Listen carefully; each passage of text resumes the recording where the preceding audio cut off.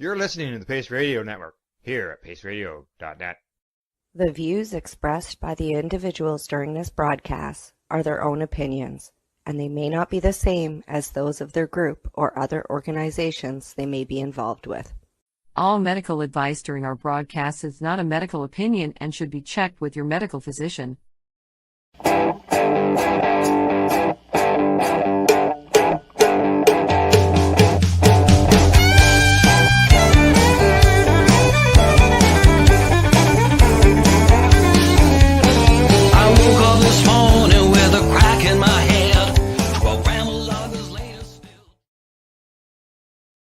Good evening, everyone. Welcome to the Pace Radio Show. We're live here at paceradio.net and at 420pace.ca. Good evening, Tamara. How you doing? I'm a zombie today. It's Wednesday. You're a zombie today. Well, you know, I do that shift late night, wake up early. Oh, yes. And, that I'm rolling on because my daughter dropped all the dogs off, so now I've got all the dogs back again. And I've seen that. You had the big lad. Breezy's back. Yep. And Naya. And Shawty. And Ari. Oh, yeah. And then my crew. Right. And they're on top of your crew. Yeah. Well, Breezy's part of our crew, so he's in our 10. And then right. But yeah, it's crazy because we've got. Anyway, I'm tired. I'm old. I'm getting tired of having to run around after all these pets. It's just like, even with one Yorkie, like I'm thinking he really needs to go somewhere else. Like I hate to say that, but every time I wake up in the morning, he's crying for somebody to pay attention to him. So I go out and I play with him, and as soon as I'm done playing with him or petting him and doing paying some attention to him, he starts crying again. But I can't even Moose is in here right now because those two, they're like attack. And they're like fighting and rolling around on the kitchen floor trying to tear each other's throats out. It's just so I just don't even know what to do anymore because I fix them. It helps eventually, but not yet. Not yet. Well, just so you know, we had a visitor on the weekend. A little orange kitty showed up at our barn. Meow, meow, meow, meow. The day before, we heard it across the street, and it was just meowing really loud, like it was sounding like it was in despair. I went looking for it. It went quiet. And then it showed up the next day in our barn. How old is it? Just a baby? We figured it was about a year old. Yeah, he actually looked like Garfield, but he had a little bit bigger white spot on his chest, and of course he was younger because Garfield's like 15, so somewhere there. And so he stuck around. It was feeling like minus 16 one night. So I went out and I built him a little shelter in the barn that was enclosed with some straw in it and put a blanket in there for him. Gave him some food because I knew what I was doing the next day. I had a good idea anyways what was going to happen. And took him into the vets to see if he had a chip in him. Right? And we had him on Facebook and everything. So we checked the chip, no chip. And so at that point, there was no owner for him. And we found one. Good. Found one. Pardon me? What'd you name him? Our grandson named him Marlo. The vet and the person who took him in the end felt that he was a stray. Like it was a wild feral cat. I'll tell you, he did not act like one. Rubbing up against your legs. When we found him in the barn, I walked over to him and I pet him. And then I picked him up and carried him out of the barn. Yep. There was never a hiss. No, nothing. So animals will know if there's a threat, right? So he'll hiss, and if he felt you would have been a threat to him, he probably would have. But obviously, you give off an aura. You must give off a good aura. You give off whatever energy that's welcoming to a pet or to an animal, right? So they're not. I mean, I wouldn't do that with a coyote or Yeah. The coyote. But I mean, the cats are I have come across coyotes twice. Once here and once at Provincial Park. And they just, both of them just turned and went the other way. They didn't run off or anything. Just. Yeah. Yeah. So, Yeah. We had them on the farm, but they were like in packs, right? Yeah. And yeah, they were dangerous. Like they would come in trying to get the dogs, like our little dogs, to kind of like they bark and get our guys inside all worked up, right? Right. They were dealing with the border collies, so you'd have to be careful because coyotes would look like a border collie. Yeah. They're Yeah, I called always coyotes. worry about them trying to lead one of the dogs here out into the field. Eh? Yeah. Yeah. Yeah, So but when we walk Tess at nighttime, I take her out with a leash. yeah, oh yeah. Well, I mean, even in Vancouver Stanley Park, they've become so comfortable with their jumping dogs. Mm. As people are walking them on their wheels, right? But I think Right. I think as humans have been duped. I think animals are smarter than we give them credit for. I think they've duped us all into thinking that they can't understand us, they don't understand us, and that they're wild, right? But in my mind, Right. you know what? I look at these things and they look at me, little eyes. They might not be able to talk to me, but I bet you they talk to each other when we're not. Well, they obviously have to communicate somehow. Right? But like I said, I think they've duped us. I think they're way smarter than we give them credit for. And I think we've all been duped. I think the animals are smarter than we are. And they're running us. We're not running them. No. Oh, you gotta go outside? Oh, you need food? Oh, I don't have a bed. I sleep in a dog bed. This is terrible. I have a spot in it. Yeah, you got a spot in there, don't you? I imagine. Right? It's like, I don't Yeah. have a house. It's their house. I just get to clean up after them. Like, come on. They got us duped. We're their slaves. Come on. Right, Moose? Moose is like, yep. He's down here looking at me. Yep, you're right. I've been fucking you the whole time. So this week, CSP, how'd things go? I've helped people offsite this week. And I'm just kind of coasting because my partner's been coasting, and I've been so busy with the election and stuff too right now. Like I went out and got some signatures and did all that. We've just kind of paused until the election's over because I got too many fires going and I have to pause something for a minute, right? Did you fire? Well, I'm in the hunt right now because I've got some good news on that front. Well, Langley did get their pilot project approved, right? Oh yeah. No. This is something completely different. Oh, okay. Well, let's hear it. Yeah, what I'm talking about here is that there was a pilot study that was done at the UBC. I knew I was gonna mess it up. What's that?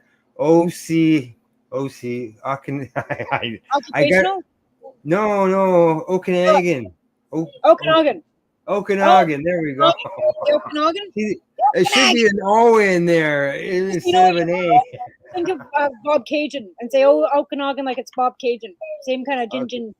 Yeah. So at the UBC Okanagan and Thompson Rivers University, what they did is they examined how medicinal supervised cannabis use in residential recovery homes may support treatment in substance use challenges, which is basically what you're dealing with, right? Right? Okay. And they reported that cannabis helped them manage pain, anxiety, depression, and sleep issues. And they said that our findings suggest medicinal cannabis play a meaningful role in reducing cravings and improving retention in recovery programs. Participants clearly indicated benefits in managing both physical and psychological challenges during recovery. This is stuff that you guys are doing. You and others across the country are doing this, and people say, "Oh, you're just giving them." But we don't get that stigma. Everybody that I talk to say, "Good for you." Good. The people that are there. People that are there. Yeah, I haven't. Hang on, I gotta let this dog in because she's. All right, I'll talk more about what I. She's already here at the gate. She's just like. Oh, I see. Okay, I see what you're doing. Letting the dogs in. Well, no, because she's sitting at the gate. I don't think I've met that one yet. This is Naya. This is great. This is Talia's other dog. So that's the other. She's older. She's like 10, but this is the first dog she ever had. Her. But Yeah, because of the fact of the matter is it does work. And we know this. I'm Yeah. living proof, right? I'm living proof right here. Sitting Yeah, right yeah, exactly. And, you know, we need more studies. We need more studies. So this was one that did that. They said that users also reported reduced cravings for opioids and other harmful substances, improved pain management, and enhanced mental health and sleep quality. curbs people from drinking alcohol too. Yeah, It really does because yeah, I know that sometimes, like, I mean, alcohol was kind of not an issue, but I mean, I like booze when I was younger, right? And sometimes when I'm having a hard day, I'll crave liquor. I'm like, oh, I'll just get myself a bottle, and I come home and I smoke a joint, and I just forget about going to get just that forget bottle. about it, eh? That Right? that little black dog you just threw on there looked like a mini version of the big one that just jumped on there. Okay, that's Moose, and he's a Chihuahua. Yeah, I know. As I said, mini version. Yeah, that's why I like Chihuahuas because they're like mini bull. Because I had Yeah. pit bulls before I had Chihuahuas, right? I had Justice, and I've had several pit bulls before I had the Chihuahuas, Yeah. and I went to get Chihuahuas because the pit bulls were harder to find places to live with. So this study, they said it was published in the Journal of Studies on Alcohol and Drugs. I think, as I mentioned, the UBC, Okanagan, and Thompson Rivers University is where it was done at. So right here in You Canada. say Thompson River University in Kamloops because that's where Cheryl Rose was. That's what? That's where Cheryl and Haley went for Oh, their there you conference go. Yeah. and to do her presentation on the Strokes. Oh, nice, nice, nice. Maybe we'll be finding something like that in the news someday. She's going to be doing Um, more presentations and talking about it more now that she's getting some studies back and some yeah. numbers back, some data back that's actually showing. And Haley was actually taking off one of her heavy benzos a few days ago, and she's showing more improvement. Like Yeah. you just have to go and watch the show. Like it's just an incredible change from 15 to 30. It should be 32 this like coming up in the next few I days. know, eh? She's over twice her age. What they predicted she was gonna live. It should be 32. And she's articulate and smart and funny. She's like, she's growing into herself, right? So she's 32, but she's about not quite 32, but she's getting there. Like, it's almost like she's maturing into a woman rather than being, even with the brain injury and epilepsy, like, yeah, it's just the maturity. It seems to be advancing quicker. It's like Maybe it me was, and Girl were talking about. It's like Minecraft, and it's like the neurological damage that's been done is slowly growing itself back together. She's right. like 4 years ago, Al, she couldn't even have a conversation. She was Well, like, I know when we had her on the Pace Radio show, you were surprised. You went, wow, because you hadn't spoken with them for a while, and even you were surprised that day. And I know that she's advanced since then. but like the couple first times I had them on the show when I was on the other network, she couldn't even come onto the show at one point because she was like, she couldn't even verbalize at all. There was a point where Cheryl thought she was going to completely lose her. Like Right. she was panicking because she was like 79 pounds laying on her couch. But anyways, the miracle is that she's 32 and she is like just growing into her own. Even her art has gotten improved and just everything. But it's like I said, like Minecraft. I've never played Minecraft, but I just can, how blocks put themselves back together and you can form. And our bodies are so amazing that we can heal ourselves with certain, aspects apparently, and her brain's rebuilding itself. Yeah. It's like it's repairing and reconnecting the neurological. Well, they say that a lot of the psychedelic studies, like Cheryl's not giving her psychedelics, but I'm just saying psychedelic studies, they're showing how the brain is rewiring itself. But the brain can rewire itself, yes, right? And just like the liver can actually heal itself too, right? Mm-hmm. Yeah, it's just like like I said, our bodies, we can't grow limbs back. Not like a gecko or No. We can't do that. But our brains and our bodies are amazing things, and technology and science have improved so much over the last 20 years. It's amazing, and it just continues to improve. Well, anyways, we'll keep that out of it as long as it continues to improve. Yeah, exactly. So if anybody wants to So anybody who wants to see Haley and see how she's improved, if you haven't seen her in a long time, or just to see this young lady that Tamara was talking about, check out last Monday's Cannabis and Coffee with Tamara. That would be the 7th, April the 7th episode. And you'll be able to see what... It was funny because she had to have a shower. And she made a point at one point in the show saying, I couldn't shower before. She would have to have a bath. She could, and then we'd have to put like earphones over her head to sound. She couldn't have any splashing or any movement, or she'd seize. Well, she had to tell me that she went and had a shower. She still has to wear earplugs, but she can have a shower now. Good. Instead of having a bath, she can have a shower. Gives her an option, right? If she wants to have a bath away. But we have a shower there. So that's yeah. Now you can see behind me, I've got a little bit different backdrop behind me. I'm in a new spot, new office, but I haven't decided what I want to put behind me. But what I did put behind me is the Treating Yourself magazine poster. It's a board. It's not just a paper poster. It's an actual board. It's probably 3/4 or an inch thick. For anybody who doesn't know, the founder of Treating Yourself, Mark Orenda, he is in hospital in Toronto. He's been there for several weeks now, and he's dealing with liver cancer.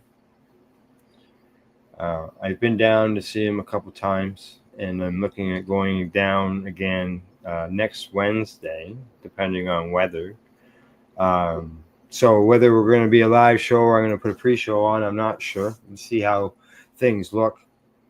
Maybe I'll have it ready, and if I don't make it, I can just remotely turn it on. Or I can just tell you to turn it on, right? But yeah, I want to go down there, get another chance, see Marco, see how he's doing. The first time we had lots of conversation talking about Treating Yourself magazine, the stuff that we did together at home shows, the expo itself. Right, there we go, the expo itself.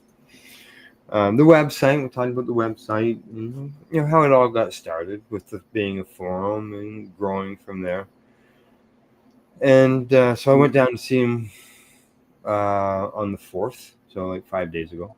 I was down there. Driving into Toronto, the downtown. It's clear sailing till you get to certain points.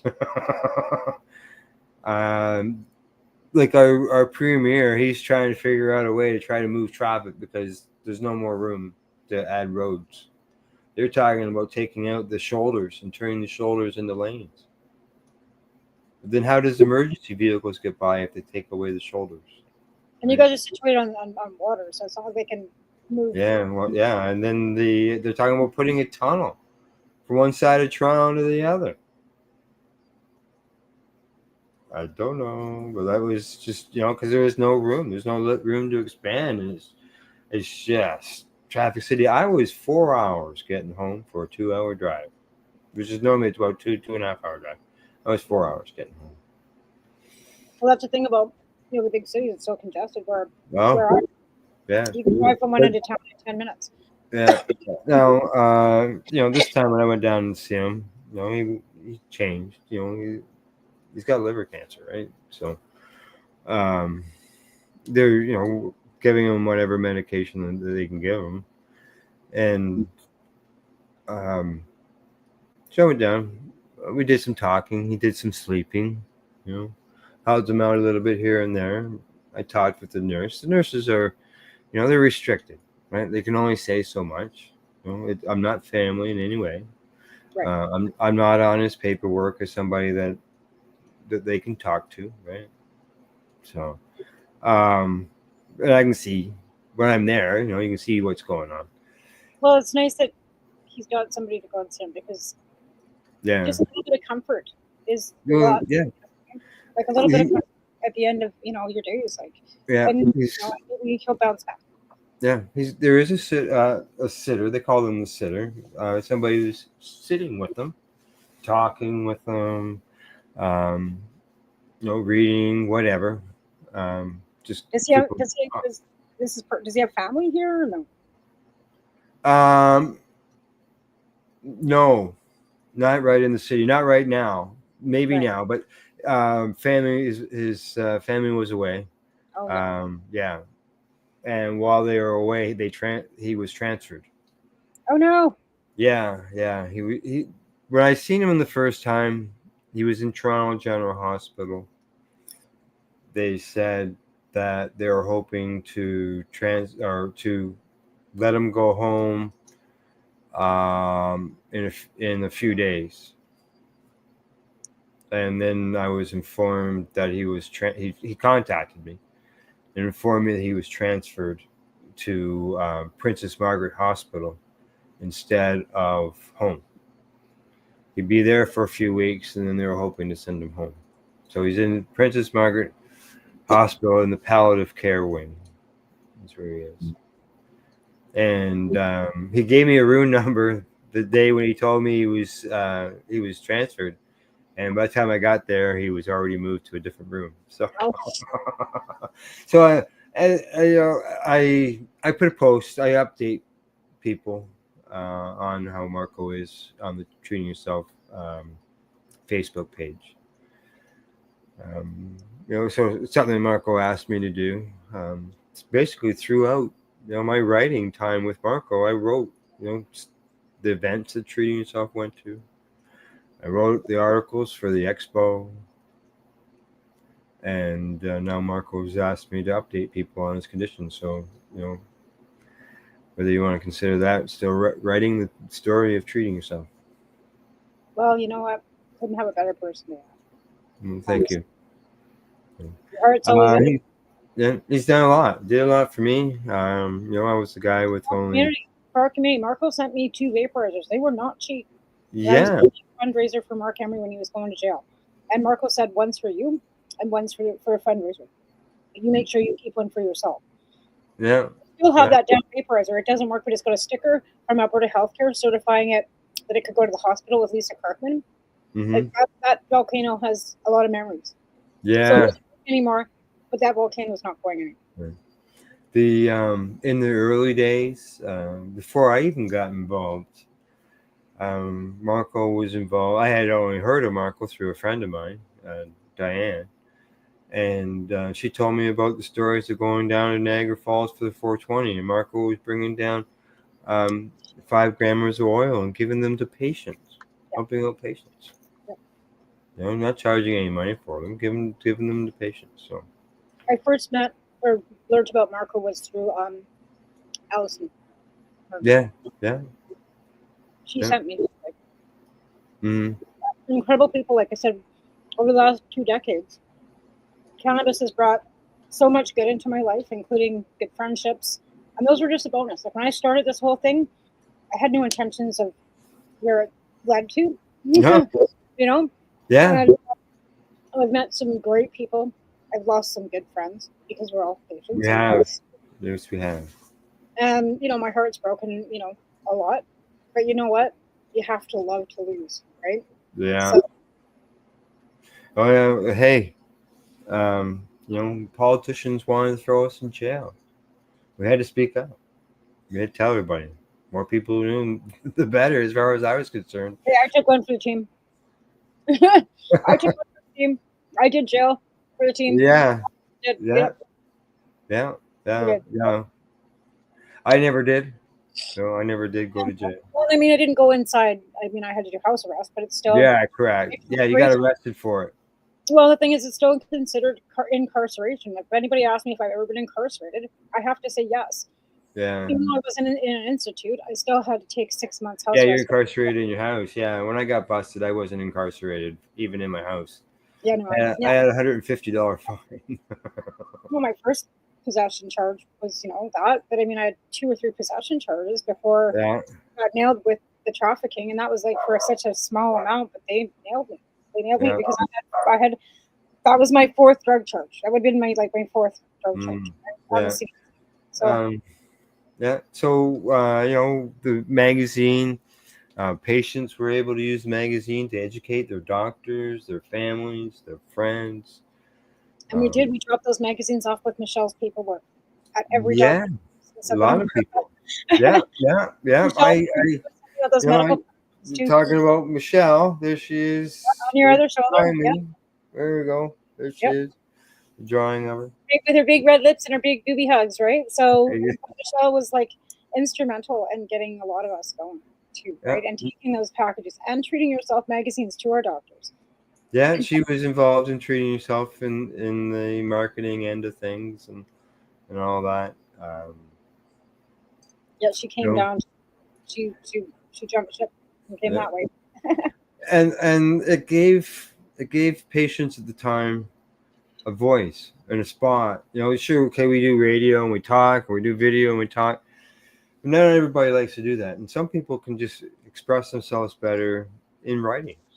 Well, the forums, I think, is something that we all miss because we had forums and stuff on all these websites before Facebook and Twitter and all these things that are so public. They're so like, and then it just become vitriol.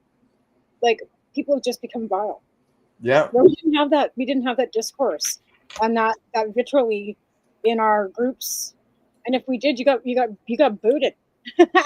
Like if you became a jackass, the moderators or the admins of the website would just boot your ass, and you'd get blocked. You'd never get back on the website again.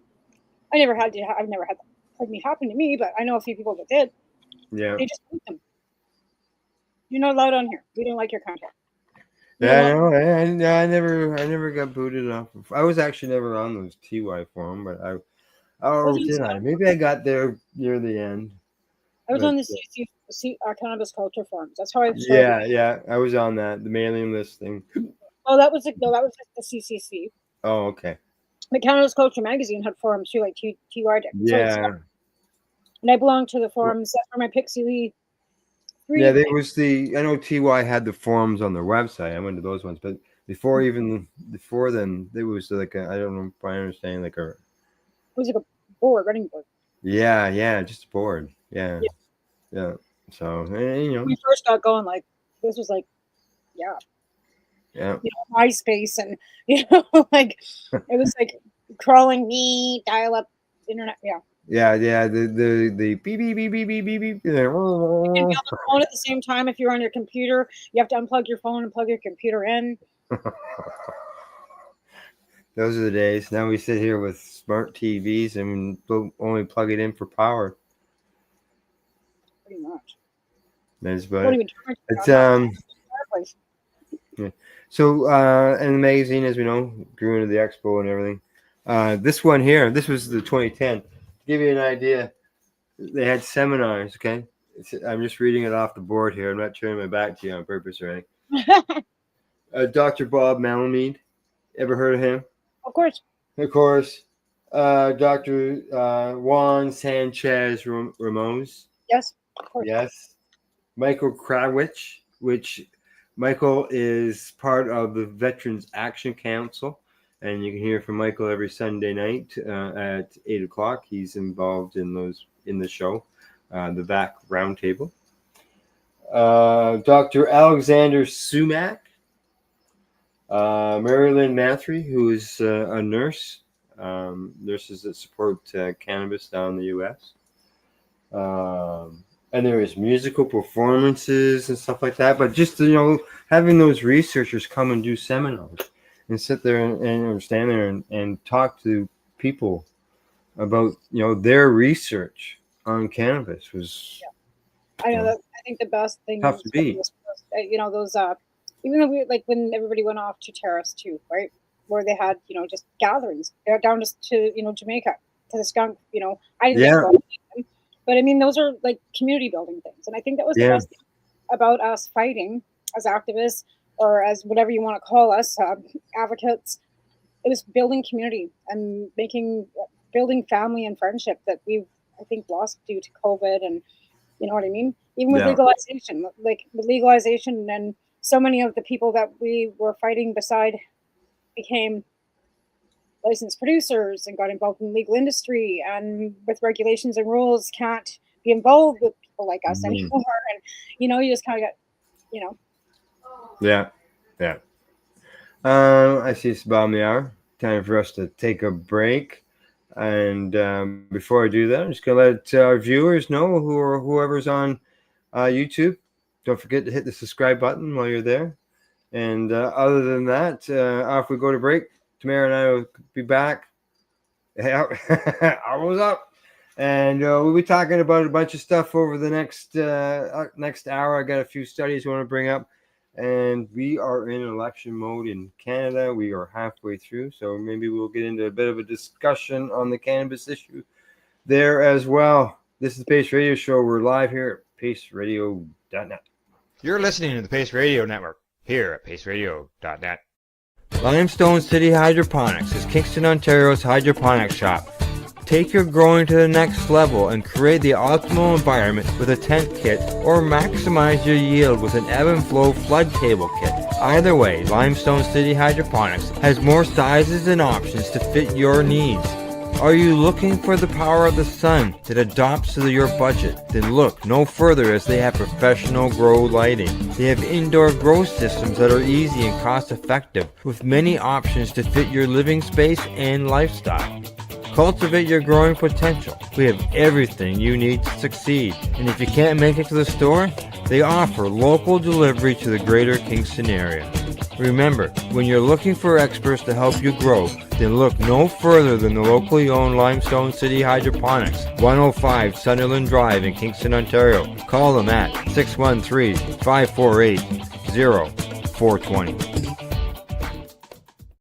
Are you looking to get your medical cannabis grow license? Limestone City Hydroponics can help patients through the process of obtaining their license to grow medical cannabis.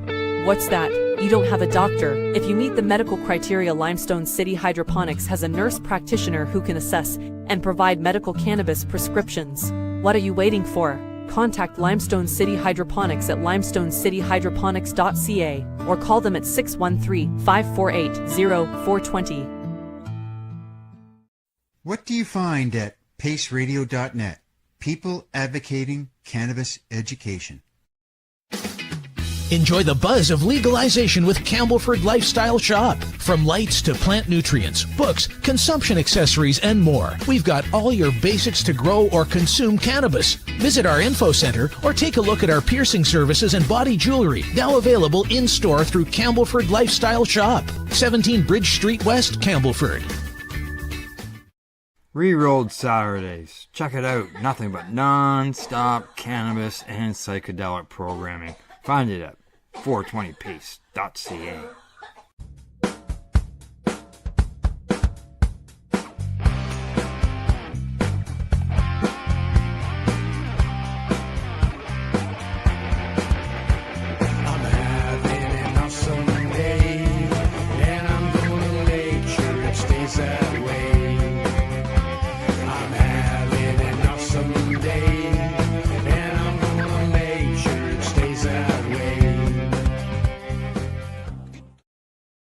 You're listening to the Pace Radio Network here at paceradio.net.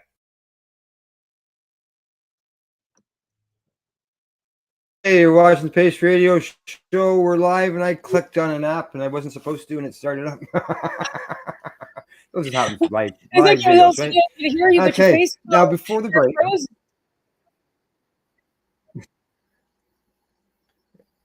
What was that? What? That was so What's weird. that? It sounds weird. What's that? I know it sounds like you were echoing coming from 3 different areas. It was weird. Oh, really? Yeah. And you were glitching. Like your face was glitchy. It was weird. Oh. Okay. Maybe you're having some maybe you're having some Starlink issues. Maybe old Muskie's having some tantrums. Who knows? Who knows? Yes, never You're know. not on Starlink though, are you? You're not on Starlink. Yeah, I'm on Starlink. We had ExploreNet, which is our other option. And I could barely do a podcast. I had ExploreNet in Alberta when we were on the phone. It sucked. Yeah. Yeah. So it's, it's one of those things. I need internet to in order to do podcasts, right? You got to do what you got to do. Yeah. I mean, and the thing is, when that wasn't only just podcasting; it was just watching regular television. I know, like that's what I mean. We don't see this anymore. Buff, buff, buff, buff. Yeah. So we bit the bullet. Yeah. No, I totally understand, because like I said, you're living rural. You need to have, you don't, like, what else do you have for entertainment or even to get out to the outside? What do you need? Your phone. Or a phone. Yeah. Yeah. And actually, without the Wi-Fi, just running the LTE, we're only a bar or two. Right. So yeah. Even that's, like that's not very good. No. And for emergencies, like, like you just have to. Yeah. Yeah. That's okay. You have to but yeah, I don't know what happened. Who knows? Maybe it's just crappy weather out there. It could be anything. Yeah. Okay. And probably what it was, I think I've got it figured out. As I came back on, I don't know if you heard me, but I said I started an app or a program without. Yeah, that's probably I didn't mean to. And that's probably what happened. It was my computer's trying to get that started. Yeah. At the same time of trying to do all this, and just I can't do it all. Yeah, it was weird. It was weird. It was kind of like maybe it was. Yeah, that's more likely what it was that. So, but before the break, I mentioned we were talking about the expo, and Mary Lynn Mathry and the Nurses Association supported cannabis, and tonight I was looking through some stuff, and I'm always looking for medicinal type things when it comes to cannabis. And then I saw this headline. It said, American College of Physicians advises against the use of medicinal cannabis for patients with chronic non-cancer pain. That's you. They don't advise that you, yeah. That's what it said. What am I supposed to use then? Like, what would they prefer? Me hopped up on opioids? Of course they would, because in America they get kickbacks. I read that. I thought, what? See, Canada has a lot like legislation where doctors can't no longer take kickbacks in any form from a pharmaceutical company, be it golf clubs, trips, money. Before they could, but in the States they still can. So of course the doctors in the States don't want you, because who's giving them kickbacks? The plant don't pay your golf clubs for your golf clubs. Yeah, they represent 160,000 doctors. Fuck off. That just makes me cute. But you know what? Anything coming out of that place right now, it's a dumpster fire. Like anything that was blue is now fucking purple. You know what I mean? Like I know. On is now off. Like, and then it's on. They say that the harms of cannabis and cannabinoid use outweigh their potential benefits. Medicinal cannabis may produce small improvements in pain, function, disability, but potential harms include addiction and cognitive issues, as well as cardiovascular, gastrointestinal, and pulmonary problems. I went, oh my God, where's their research? Like, seriously, if they're not doing research, but then they come out with all this blithering fucking pile of bullshit, where's your research? Where did you find all this information from? What monkey did you test? They say as the use of cannabis for medicinal purpose grows, it's critical to open the dialogue and review the emerging evidence related to benefits and harms. We need to raise awareness and get the word out to ensure that patients have the information. Shut up. They should just shut the fuck up. Seriously, like I said, where's their research? Well, I'm sure that every patient with chronic pain comes into their doctor and says, oh man, I'm so addicted to this cannabis. Can you hand me some opioids, because I need it for my pain, because this cannabis has got me so addicted. Like, give me a fucking break. Like, Mimo, exactly. What do they want them to give them? Opioids? Like, well, again, like I said, and here we are back in Canada, and we've got pilot projects showing that cannabis is helping people get off the heart and helping with pain and depression and anxiety and all these things. But we actually have research being done. Who are these people and where do they come from? Like, where's their research? It might be a study, but where's the study done? I don't know. This sounds like this sounds like contradictory to what we just talked about. Well, this isn't a study. This is a recommendation from the American College of Physicians. Oh, of course, but again, where's their fucking research? Yeah. We just All they just say is the evidence shows that patients in primary chronic non-cancer neuropathic pain. And they went on about a formula. Yeah. again contradictory to the conversation and the story that we read prior to Yeah. this. Well, here you go. They say research into the pain relieving benefits of cannabis has been slow in the U.S., largely due to cannabis's status as a Schedule 1 controlled substance. Yeah, right. Again. Yeah, that's right. Yeah. Research. Yeah. Now, And, you know, we brought it all like so in Canada now because we've, taken the time to regulate it, make it legal. yeah. Geez, what do you know? All of a sudden there's all kinds of studies coming out, research. Yeah. Because they're trying to find the harms, right? Yeah. Guaranteed, because we have legalization, there are people out there trying to find the harms, trying to find it. Just any Oh, yeah, it's what most of the research has been on over the last 100 years, trying to find the harms. Right. Not, and then when they're not finding them, and they're finding other things. So research is Yeah. being done, but it's not being done in good faith. It's being done to find harms. Yeah, well, that's how Lester Grinspoon, he was searching for the harms. And then he saw the benefits right before his own eyes with his own son. Right. Exactly. Yeah. Like, again, like, you cannot take away from the fact that we've got hundreds of thousands of people that will attest to the benefits of cannabis to what 6 cracks in the doctor that says evidence-based shows. Like, because you got a fucking doctor behind your name doesn't mean that you have like authority over me or my medicine. Like, get bent. And Americans again, Yeah. right? Yeah, they don't count anymore. Well, you know, it's I hate to say that, but I like, guess it depends on the sort of like, because there are American stuff that has come out on the positive end. I think I got where's this one? No, this wasn't a U.S. study. Anything coming out? Anything after January of 2025 will all be negative. Well, when it comes from the administration end of things, yeah, I understand. Yeah, it'll all be like, oh, we got to ban everybody, and oh, they're all probably drug dealers from Ecuador. Let's throw them all in jail. Like, who knows what kind of bullshit this could bring up? No, yeah. Let's see what else. Because you know it is on the stock market in Canada. Yeah. Here we go. I know that last one, you know, how they were worried about giving it to people with pain and stuff. This one here talks about medicinal cannabis is better to sleep aid than over-the-counter and prescription pills. Because I was in today into the pharmacy. I had to pick up a prescription, and while I was in there, I picked up some cold tablets to take, and I said to the lady at the counter. That's back at the pharmacy counter. I was asking her for certain ones, and she pointed them out, and I grabbed them, and I said, "Oh, these are daytime, nighttime version things." And she says, "No, it says non-drowsy." And I said, "Okay, that's fine. I don't need any extra oomph to put me to sleep. I don't have a problem going to sleep."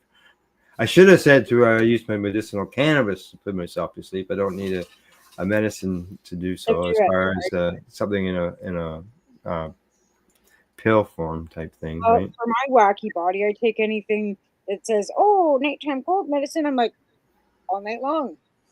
Oh yeah. The opposite. So I can't take any of that crap. Mind you, with my overactive immune system, I'm not supposed to, anyways. But yeah. But I'm rolling on 4 hours sleep, and it seems to be like it doesn't matter what time I go to bed. I can't sleep any more than 4 fucking hours. No, that's so good. And I took myself. I got a different prescription for my attention deficit because I thought that's what was doing it. And apparently, like, I'm tired, so I can go to sleep. Whereas the other medication was making it so that I wasn't sleeping at all. Remember, I had that 36 hours where I was like, I'm not tired, I haven't slept, blah blah blah. We did the show, went to work, but yeah. So I can sleep for 4 hours, and then I'm up, and I can't go back to sleep. Have you done a sleep study thing yet? No. No, I went to the physiotherapist, and all she did was give me a thing to phone a health coach, and tell me that I needed to do more self-care and see in 2 weeks. And that was my physio appointment. Oh, that was it. Well, they say in this study They said that they surveyed more than 1,000 people who have been using medicinal cannabis to help them sleep, found that 70% of the patients reported that cannabis is better sleep aid than a prescription sleeping pill, and more than 9 out of 10, which is 91%, said that medicinal cannabis was more effective than over-the-counter sleep remedies. This was done in Germany, by the way. So, I don't doubt that. I don't doubt that at all. Yeah. And you know what? And you find in Europe too, like they're not pushing prescription drugs like they do in the States. And if you notice in Europe, they don't have the fentanyl problems that I've heard of. Like I haven't really. Yeah. But again, like, you don't hear about the UK crying about fentanyl overdoses, or not in the mainstream media, where all you hear out of Trump's face is fentanyl, and we know fentanyl's Yeah. here. I know they've got issues, but again, they look at Holland and Amsterdam, that whole they look at addiction differently than we do in North America, right? Yeah. Well, I'm not sure. I'd like to actually. I'm curious now, just to see what the fentanyl issue, if there is fentanyl issues in there, because I mean there must be, there has to be. I must be You blind. would think so, but you're not hearing about it like you do over here in North America. No, it doesn't. Like I said, maybe because but I watch BBC, and I'm not hearing it on their news about fentanyl. Oh, here we go. So in comparison, the fentanyl death rate in England was 0.223% per 100,000 in 2021. So like one of the predictive factors of rates of fentanyl overdose in the U.S. rates of opiate prescription was fentanyl death remain lower. So they like, what is UQA equivalent? They don't have, doesn't even 25.1 fentanyl patch. How many deaths in the UK from They're not fentanyl? showing any. Let's put it this way: when you punch in UK and fentanyl, a medicine to treat severe pain, a deadly trend in fentanyl fatalities. Okay, here we go. This is 1998 to 2017, but that's very old. Yeah. Okay, I'm gonna go somewhere else. But like I said, there's nothing there. Fentanyl deaths 2024 UK. Few easy words. I'm gonna bring it up.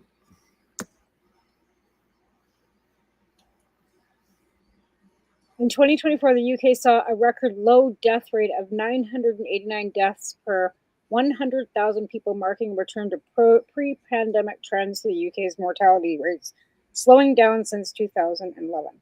Has been more severe than in similar countries. So like 989 people In a year? In 2024. Yeah, and how many thousands in Canada?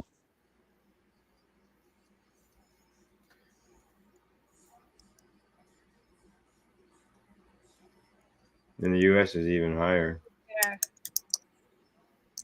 March that in 2024 death rate. No, Canada. Click, search. You come up with 50,000. 15,000. 50. 50,000. 50,000 deaths from fentanyl since 2016. Highly addictive opioid. So that's since 2016, but it's not showing me any. So basically 9 years, 50,000. Yeah, 9 years. So yeah. I'm going now to this is 5,500 people a year. Okay, so it's trended up. So 2016 was 500. The peak was 2021, October through December. And that was sitting right around 1,500. And that's like going up, trending up, right? Yeah. So it doesn't really give you a breakdown of how many, like not right out there in your face kind of thing. It's all on a screen and a graph. But it's trending, it's trended up. And then 2024, it's actually trending down. And there's no stats for 2025 yet. No. But as of April through June, and then July it was trending down again. But they're also looking at scenario 4 with health Intervention to prevent more death. The fentanyl stays the same. Help prevent more deaths level. Oh, so they're just showing different levels of. I don't even understand. This is on the Canada website. Yeah. Okay. But yeah, hang on. Go ahead.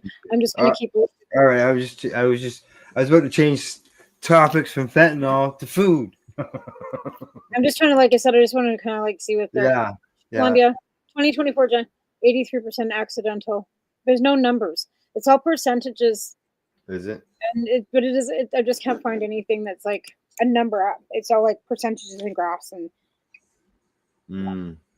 But again, like I had like in British Columbia, probably, yeah, a lot. Yeah. Okay. Food, cannabis, and food. Mm-hmm. I see another survey. Surveys. Find out what people think on the cannabis end. They said that most cannabis consumers don't go for junk food when they get munchies. People always think cannabis and munchies, right? Junk food. People always said that. You got cannabis people eat so much munchies that they get fat or overweight or so on and so forth, right? Right? It's all stigmatization. Yeah. Like, oh, people sit in their basements playing video games, smoking weed. Like, let's see. They had 1,000 citizens, and they showed that nearly 2/3 will always or sometimes choose healthy snacks over junk food. They said 24% said that they craved fruit, smoothies, and salads when they were under the influence. Dried mangoes. I had no interest in sweet or salty nibbles. Except for my husband, he eats chips. These chips. He's a chip guy. He likes chips. He's not a sweet guy. He likes chips, but I like mangoes. Yeah. They said while still a minority, the fact that about 1 in 4 people high out of their minds would choose a banana over a brownie or burger flies in the face of junk food loving stoner stereotypes. Yeah, it does. For sure. Well, if you're a patient too, sometimes you can't eat that crap. People assume cannabis automatically leads to junk food binges, but most users, especially regular ones, are trying to snack better. The health-conscious stoner is real, and the data proves it, they say. Well, we're using natural medicine. Yeah. Like, over like pharmaceuticals or, so why wouldn't you, like I said, I dry mango. Natural foods more than junk foods. I know there's, like I said, everybody is an individual and whatever they choose to do, as long as they're not harming me or anybody else, here we go. Yeah. I have, whenever I have oranges, I usually have a clementines because they're seedless. I can't have anything with a seed in it, right? So I'll take them and I'll take each piece of the orange and put my phone flashlight behind it so I can see inside it. Like giving it an X-ray, see if there's a seed in there. Yep. Yeah, fuck. I don't need to go to surgery because of some friggin' orange. No. CNCs don't bother me. Like, I don't have issues. Right. Well, my doctor told me to eat nuts because it's high. High in protein. Correct. Exactly. And that's what I was doing up until I had a partial blockage. Right. And hours away from surgery, and so I stopped. Yeah, Crohn's is a bit different because you do get pockets too, like diverticulosis. Well, yeah, it's because I got a narrowing in my bowel, and they had to stretch it. They had to stretch it open the last time. So yeah, it's unfortunate. So, yeah, everybody's body's different, right? That's and like right. I said, dried mangoes, I get them. I like the dried mangoes. Yeah. I usually get Costco. We used to get them by the bag. Yeah, that's them. Yeah, big bag of dried mangoes. My boss brings them in from Costco to the store. Oh, and then you sell them at the store? We sell all kinds of stuff from Costco. Oh, yeah? Yeah, well, it's a small corner store in BC. They aren't competition. And they pay retail, and then they put a couple bucks on top of it. Right. And it works out more of a convenience for the people who are nearby. You know, Closest Costco to us is Lethbridge or Spokane. well, there you go. That's not just down the road. Well, Lethbridge is 3.5 hours, in Spokane, Washington. Nobody wants to go to Spokane or Coeur d'Alene. Oh, Washington. Oh, yeah. Then you got to deal with going over the border. Yeah. I'm not close to the border. People, like, I mean, Coeur d'Alene, Bonners Ferry is like just there, like right there. Right there. Yeah. Pretty close. 20 Yeah. minutes. Oh, yeah. Yeah. I'm sitting right on the, like, in Croston too, like 15 minutes right there. To the It's like, border. yeah, we're that far south. Like, I'm sitting on Roseland or Roseville, and then Kingsgate, and then Croston's an hour and 15, and then there's another border there. Like, I'm, yeah, Yeah. a mountain, Not like literally a mountain range. Yeah. Yeah. Yeah. Well, that's what, you know, when you said you're 20 minutes from the border, I'm going, you're in a mountain range, haven't you? Yeah, but then we do have, like I said, there. Yeah. Anyways, that's why when everything started, I'm going to go north, but where do you go? Yeah. Let's see what else. On this food end of things. They say that even though most cannabis users try to eat healthier, most people struggle to maintain their weight and nutrition goals when the munchies hit. Why can they infuse our fruit? How can we infuse the fruit? What's that? We need to figure out how to infuse fruit. Could you inject it? A fruit goes bad, so it would not be able to. Have to be like a yucca flux. A what? A yucca puck? A yucca flux. So a yucca flux is like when you put fruit into alcohol. Right? Oh, okay, yeah. I was thinking like a watermelon. People would put vodka in a watermelon. Right. So you could make an alcohol tincture. And then there's alcohol in it. Right. I have to think on that. So that's what I thought, you know, if you infuse some coconut oil and then inject it. Or olive oil. Or Huh? MC. Well, olive oil has a flavor to it too, and you want to put oil in fruit, right? Like I'm thinking dried fruit, because you dry the fruit first. You can spray it. You'd spray it. And it was drying. Unless you made some infused sugar and then rolled it in the sugar. Yeah. But trying to feed then, you know, some people say sugar likes to feed cancer. Well, that's what I mean. It kind of is defeating the purpose of yeah, I know. That's the same with the alcohol in there. Right. There's got to be a way. There's got to be a way. I said there's got to be a way. I'll have to think on that. There's got to be a way. Yeah, I don't know. That's why I'm thinking of injecting it somehow. You know, could you heat up the fecal, but then you want it to. Do you want it to mix in naturally, so that it would have to be more of a liquid? Oh, like I said, if you want to if you want to dry your fruit, because you can dry pineapple, you can dry fruit, right? Yeah, you put it in a dehydrator, sure. So dehydrate it, but how would you infuse that dehydrated fruit? Would you spray it with like a tincture while you were drying it, so it could actually like infuse itself into the fruit while it was drying in the coconut oil or something? Yeah. So it would just take out the moisture. So would it leave the cannabinoids behind? That's what I'm wondering. And just take out whatever moisture you use but is oil a moisture that a dehydrator would take out? No. So I wouldn't think so. You'd have to use an alcohol. Yeah. Because then the alcohol would evaporate. It would with the heat, right? Right. It would cook it off. Is there any problem with putting alcohol inside a dehumidifier or a dehydrator?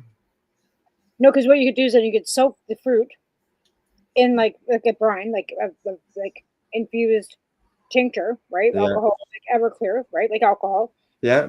And then let it dry off, and then dehydrate it, maybe. Yeah. The dehydrator doesn't get high enough temperature either to kill off the THC. No, I don't know how warm it gets. I've never used it. Because you want to decarb, right? So Right. I don't know. Right. I'll have to think about that. I think that would work. Give it a try. Let us know. I don't have a machine, so I can't try it. Jerkies and stuff too, like they were infusing jerky. But how would you infuse the meat with jerky to make jerky? It would have to be a way. Well, some people would inject butter into it, infuse butter Into the jerky. Into the turkey. And into jerky, the chicken. like, no, beef jerky, like beef jerky. Oh, beef jerky. Oh, I thought you meant turkey. Oh, turkey. Yeah, turkey could butter, no problem. Yeah. Beef jerky too. Like, how are you doing that? So you must be putting it in the brine, and the brine's got to. So the meat had to soak in a brine, because you have to use a brine when you make a jerky anyway. So you would have had to infuse that brine. Yeah. Well, I do. I report on recipes every Tuesday with the Hi Guys. So maybe I'll find one this week. Uninfused beef jerky. Right. And then we'll find out how that's done. Yeah. And I see that it's the top of the hour. Time for us to take another break. Zing, zing. Time's just a flying. All right. It sure is. Okay, Tamara and I'll be right back after we pay some bills. And other than that, you're watching the Pace Radio Show. We're live here at paceradio.net and 420pace.ca. We are people advocating cannabis education here at paceradio.net. Limestone City Hydroponics is Kingston, Ontario's hydroponics shop. Take your growing to the next level and create the optimal environment with a tent kit, or maximize your yield with an ebb and flow flood table kit. Either way, Limestone City Hydroponics has more sizes and options to fit your needs. Are you looking for the power of the sun that adapts to your budget? Then look no further, as they have professional grow lighting. They have indoor grow systems that are easy and cost effective, with many options to fit your living space and lifestyle. Cultivate your growing potential. We have everything you need to succeed. And if you can't make it to the store, they offer local delivery to the greater Kingston area. Remember, when you're looking for experts to help you grow, then look no further than the locally owned Limestone City Hydroponics, 105 Sunderland Drive in Kingston, Ontario. Call them at 613-548-0420. Rerolled Saturdays. Check it out. Nothing but non-stop cannabis and psychedelic programming. Find it at 420pace.ca. Enjoy the buzz of legalization with Campbellford Lifestyle Shop. From lights to plant nutrients, books, consumption accessories, and more, we've got all your basics to grow or consume cannabis. Visit our info center or take a look at our piercing services and body jewelry, now available in-store through Campbellford Lifestyle Shop, 17 Bridge Street West, Campbellford. Are you looking to get your medical cannabis grow license? Limestone City Hydroponics can help patients through the process of obtaining their license to grow medical cannabis. What's that? You don't have a doctor. If you meet the medical criteria, Limestone City Hydroponics has a nurse practitioner who can assess and provide medical cannabis prescriptions. What are you waiting for? Contact Limestone City Hydroponics at limestonecityhydroponics.ca or call them at 613-548-0420. Pace Radio is the People Advocating Cannabis Education Radio Network.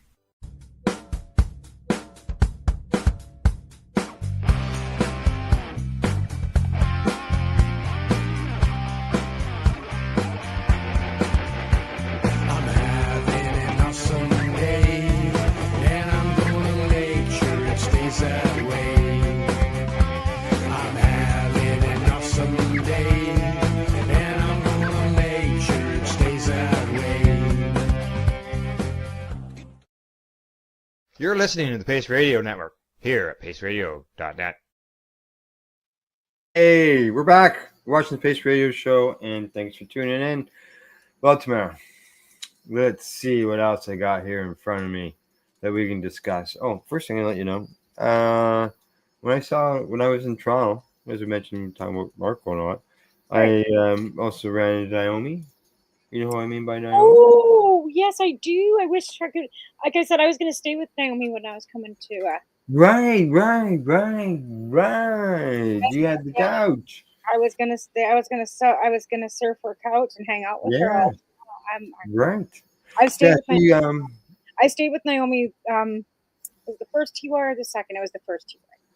First TY. Yeah. Yeah. Yeah. I got to see her on one of my trips down to Toronto, and we were at the cafe dispensary. You may know the cafe name by the place that had the cement blocks put in front of it. The dispensary put the Yeah. blocks in front. Remember that? Yep. Do you Yeah, remember? yeah. Well, those Yeah. people. This is actually, I believe it was the same store. I could be wrong, but Yeah. No. um, They did some really nasty things to the owners of the stores in Toronto. yeah, Like, so while I was there, I don't know. She didn't purchase that there, but she gave me this some rosin here. nice. And it's from, you might have heard of them. I'm just sort of thinking that maybe because it's got a name that you're Kootenai. Yeah, okay, Kootenai Buddha. It's a round one. I don't know anything about them or anything. Never heard of them. So she passed the door and she said, "Smell that." So I leaned into it and I said, "It smells like Vicks." And she says, "Yeah, here you go." Is it rosin or is it a salve? It's a 1 gram of it's a rosin. And it smells like Vicks. No, it smells. That's what I said. It smells like. Oh, I was gonna say you're giving me a heart attack there, because some of the pine. Now you don't buy 1 gram of salve. No, but again, like some of the Yeah, terpenes do smell a bit piney, but not that. that's what it is, and it's even. Well, yeah, it's really. I don't know if you can see it. Is it from the legal market or from the legacy market? Oh, I'm gonna say it's from the legacy market is where it's from. I've never heard of them. Yeah, and yeah, so she passed that along to me, and I thought, well, yeah, I got a cold. If it smells like Vicks, then at least I can put it up to my nose. Have you taste tested it yet? Like, is it taste or you have? No, I loaded some in my Shatterizer before the show, and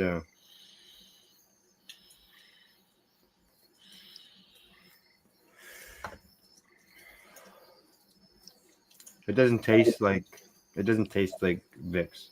So this I got. Remember I told you about this and it was not working. Right? How angry I was. Anyway, so I got it working. Oh yeah, that was one that wouldn't work right last week. And it does taste like Vicks.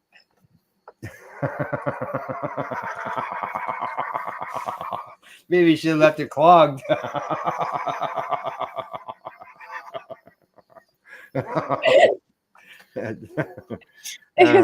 How'd you get it?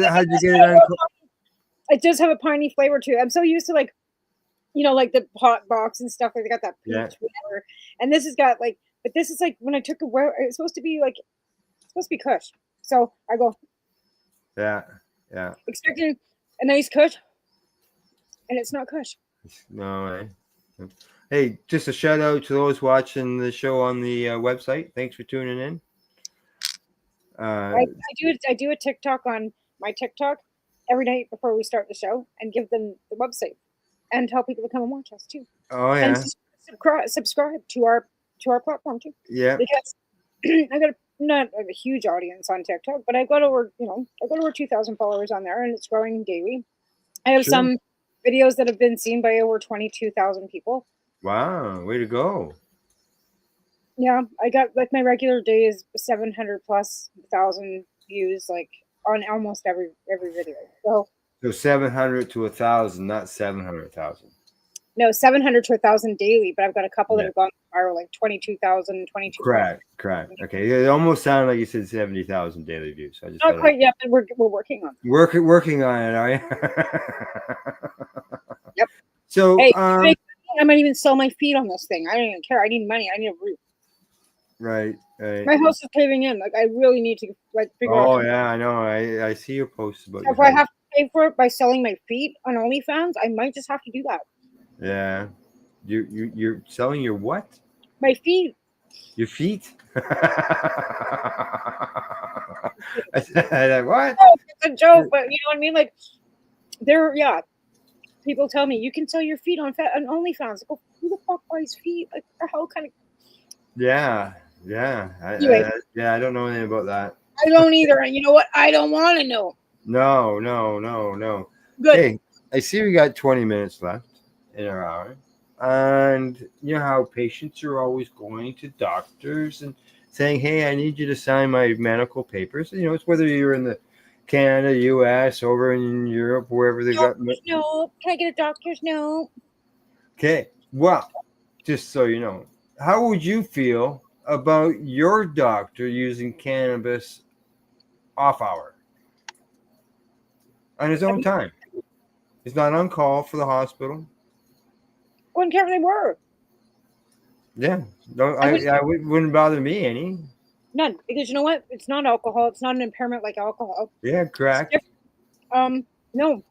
In fact, No, if my doctor was using cannabis to relax from the high stress job that they have rather than having to take antidepressants or whatever the hell, my doctor that signed my papers in Hannah had to have a kidney transplant because he had taken so many opioids over the years that because of his knees and everything else. So when I told him about cannabis and why, he said, I don't even care. Quality of life. Like, and I said, how, college and physician? He goes, my clinic, I don't give a shit. And he was from South Africa though too, right? But he was just an amazing doctor, but he knew the harms of what opioids do over long-term use because he himself had suffered that. Yeah. So what they did is they did a survey of people to see what they thought about doctors consuming cannabis. I got hiccups now. After hours on their own time, they're not working and all that. And they said that more than 95% of them. Okay, that's the people. Okay.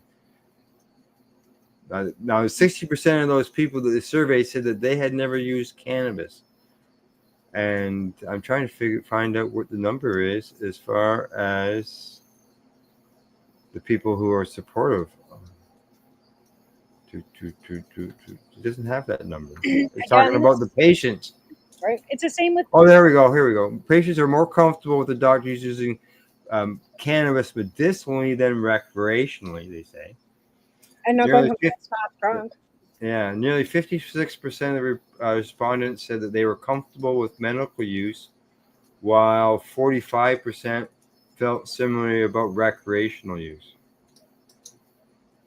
There are so many.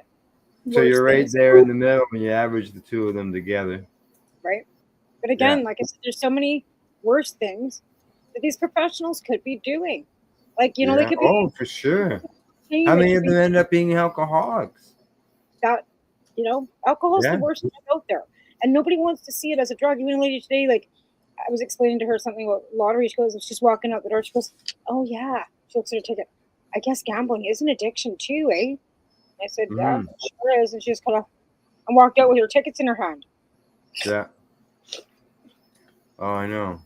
I can shake my head at these people. But again, like, that's the thing. Like, anything that's a bitch, like, but again, if you want to break down, everything that we do could be called an addiction because if it's something that you require and need and you can't go without, then I guess it's called an addiction. So that means water, air, and food.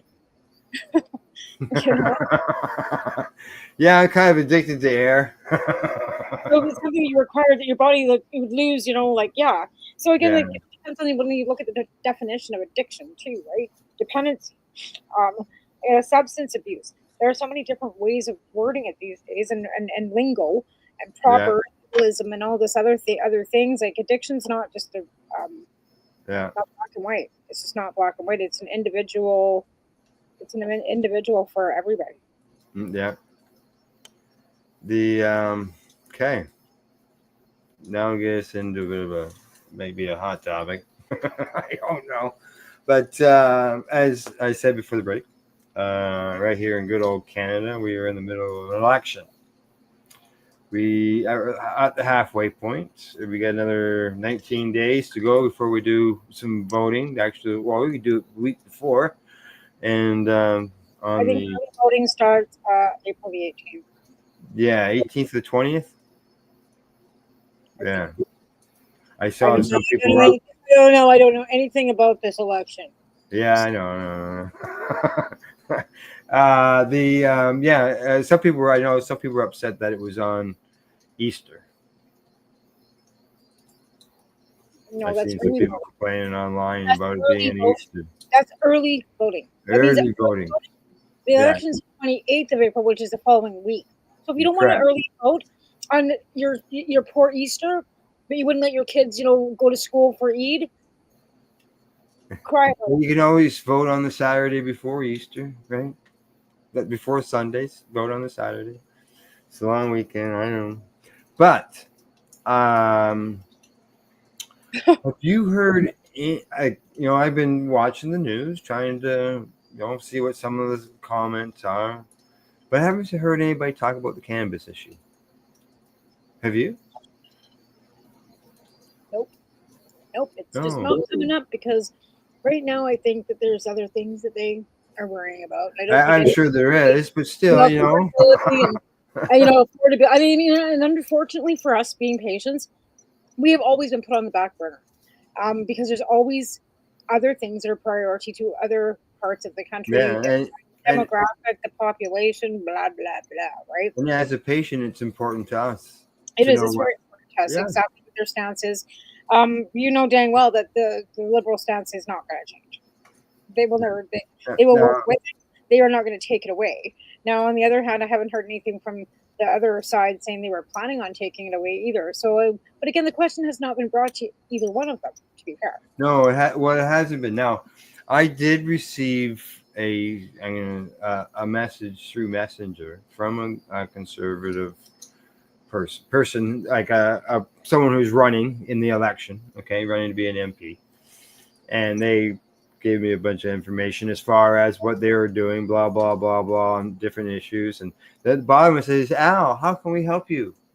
So I wrote back and I said, "Hey, I'd like to know what your position is, or the party's position is, on the cannabis issue." and what was their response? Nothing. I'm giving their response. Did you hear it? No. Exactly. Silence. Okay, what was your response? Crickets. Right. Like, Silence. Well, and silence. like Silence. that. It's. I am gonna ask. We'll write back and say, hey, like you said, you want to know what my concern was, blah blah blah, and I've written you, and I am waiting on a response, but you haven't responded to me yet. So, but now, Okay, so here's the Liberal stance on cannabis. Key aspects of the Liberal Party's cannabis platform, including promoting educating awareness about cannabis, implementing strict regulatory control to ensure product safety, quality, and addressing the social and economic disparities created by decades of prohibition. So, because it was the Liberal Party that actually made it part of their platform, the cannabis in Canada will only improve working within regulations that we can change for the better for public health and safety and the better of Canadians, because that's what the Liberal Party stands by. If it wasn't for the Liberal Party of Canada and the Young Liberals and Normal Women's Alliance and other cannabis activists that threw that legislation onto the floor of the convention in Montreal in 2014, for every delegate, and I made myself a delegate of the Crowfoot riding in Alberta that year, so that I could vote on that policy. So it then became part of our policy and declarations. For Liberals, cannabis will never change. Only for the better, because the program, as it grows, will be becoming, tweaked and having to be, worked upon like every other program and portfolio that goes along with the party platform. I don't see them going backwards on it. Like I don't see them going backwards on the cannabis issue. It would be nice to see some more advancement. I know that there is a task force that's and some regulations changes that are on in the books that are coming along, but it will depend on what happens after the election. Like they're sitting there, and the next government, if it changes and the conservatives get in, they may not do anything with it. They may just leave it as it is. Well, Instead of trying to advance these changes that they've proposed. Okay, well, Polyev is going to start doing what Polyev does and start lying as usual. That just makes me want to throw up in my mouth. Now, I was sent some stuff that was on Polyev and the cannabis issue, but it was from June. It wasn't part of the campaign. Now he says he won't change anything. Yeah, he said that about abortion too. Yeah, I know. And let's be clear. They voted against it. Cannabis is legislated now, okay? So the difference between abortion and cannabis is actually legislated. Abortion's not. That's right. Supreme Court ruling. So it could be changed, right?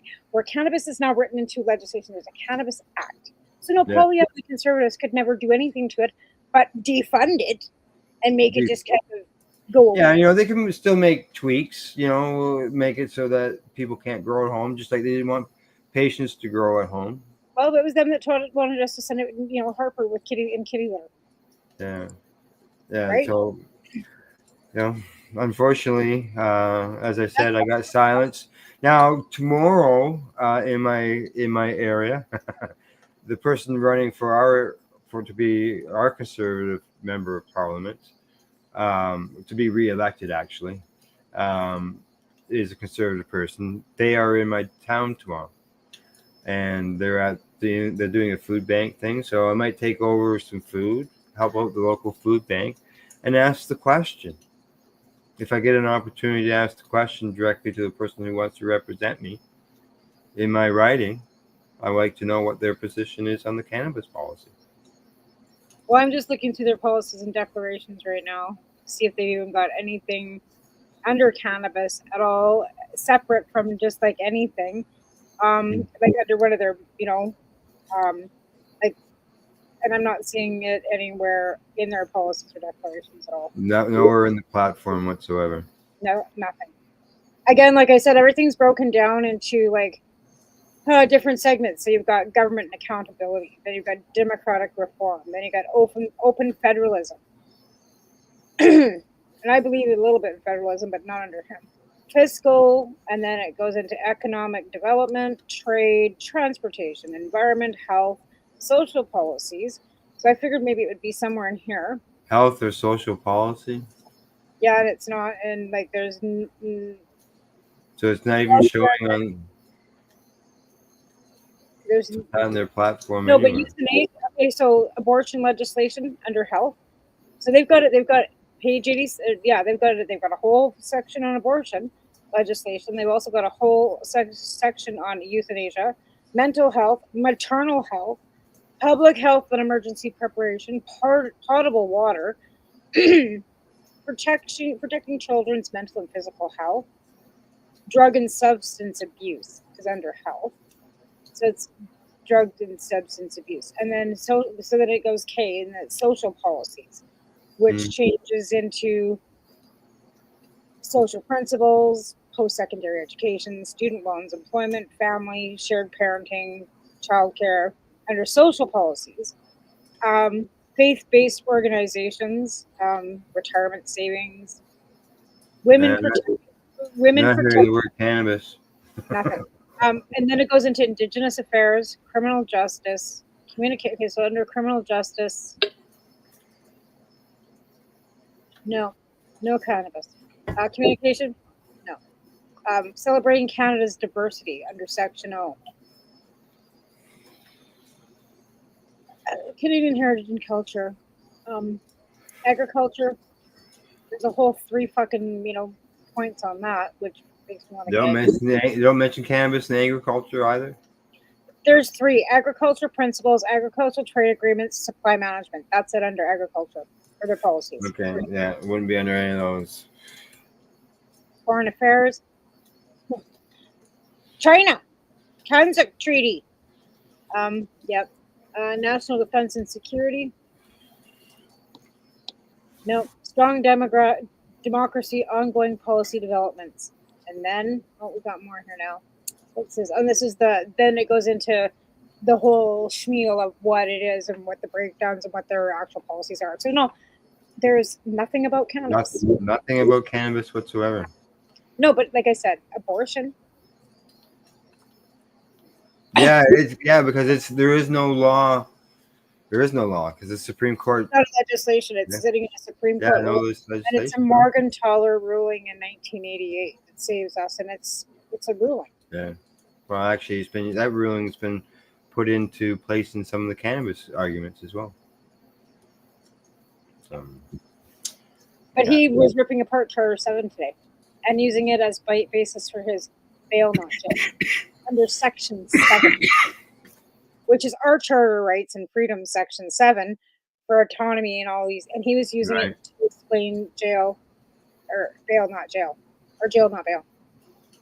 Oh, yeah, I heard jails. Anyway. Yeah. Anyways, all right. I see we're down to a couple minutes. Anything offhand that you'd like to bring up that we haven't mentioned?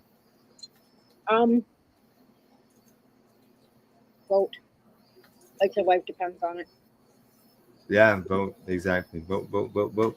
You know, that's what we're. Yeah, I always vote. I have missed. You know, I missed a bunch when I was young. When I was younger, I wasn't voting, but as I got older, I did. And and we need to, like, I can't stress it enough because a no vote is a no for fascism. I'm just saying, like, no, not voting, you might as well be. Think of this as there's people in the world who wish they could vote and they can't. Why do you think people come to Canada? People come to Canada for freedom to be who they want to be able to have freedom of religion and expression, and be able to vote for the people that they know that they can count on. Not like in Russia where they put a vote in and you know it's going to end up being Putin anyway, or any of these other countries that are being ran by authoritarian governments. Anyways. Yeah. Cannabis should be free the world. Yes, exactly. Okay. Other than that, I'm going to sign us out. Yep. Have a good night. All right, everybody. Have a good night, as Tamara says. Thanks to our sponsors, Limestone City, Hydroponics.ca, Campbellford Lifestyle Shop, as well as At-Eze.ca. And other than that, thanks for tuning in, everybody. Whether you catch us on the audio podcast afterwards or live here in video. We'll see you all next week. Thank you, and goodbye.